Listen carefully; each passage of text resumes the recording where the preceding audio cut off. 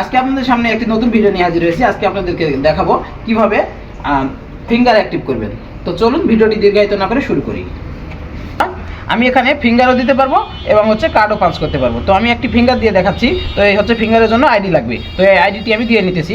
এর জন্য ফিঙ্গার মেশিনের F3 আছে, তো F3-তে আমি চাপ দিয়ে রাখবো। এখানে দেখেন ইউজার নেটওয়ার্ক অপশান, অনেকগুলি অপশান আসছে। তো এর মধ্যে আমি ইউজারে যাব। ইউজারে যাওয়ার জন্য F4-এ একটি ক্লিক করতে হবে। ক্লিক করার পরে অ্যাড নামে একটি অপশান আছে। তো অ্যাডে আমি আবার F4-এ ক্লিক করে নিলাম। নেওয়ার পরে এখানে আমার আইডিটি বসিয়ে নিতে হবে। তো আইডি আমি বসাচ্ছি। তো বন্ধুরা, আমি এই যে আইডিটি দিয়ে নিয়েছি। তো এখন আমি কি করব, F4-এ আবার চাপ দিয়ে ধরে রাখবো।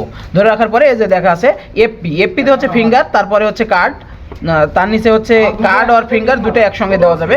তো আমরা এর জন্য শুধু ফিঙ্গার দেবো। ফিঙ্গারের জন্য আমি F4-এ ক্লিক করে রাখলাম। এরপরে একটি লেভেল দিয়ে নিতে হবে। তো আমি 0 লেভেলেই রাখলাম, কোনো সমস্যা নেই। যে কোনোটা আপনারা ইচ্ছা মতন দিতে পারেন। আপনার ERP-তে যেরকম সিস্টেম সেরকম দিবেন, কোনো সমস্যা নেই। তো আমি আবার F4-এ আরেকটি চাপ দিলাম। এখন ফিঙ্গার দিতে হবে। এই যে দেখেন ফিঙ্গার দিতেছে। হ্যাঁ, আবার দেন। এখানে দেখেন রেজিস্ট্রেশন কমপ্লিট লেখা বের হয়েছে। এখন আমরা চেক করব আসলে ফিঙ্গারটি অ্যাক্টিভ হলো কিনা। তো এর জন্য আমি F1-এ দিয়ে ব্যাগে আসলাম। ব্যাগে আসার পরে এরকম থাকবে। এখন আমরা ফিঙ্গার দিব। এখানে সবুজ লাইটটি জ্বলে যাবে এবং ওকে লেখা উঠবে। এর পাশাপাশি যে আইডিটি আছে সেই আইডি এখানে শো করবে। তো ভিউয়ার্স, ভিডিওটি যদি ভালো লাগে থাকে অবশ্যই আমার চ্যানেলটিকে সাবস্ক্রাইব করে সাথে থাকবেন। ধন্যবাদ সকলকে। আবার পরবর্তীতে দেখা হবে অন্য আরেকটি ভিডিওতে।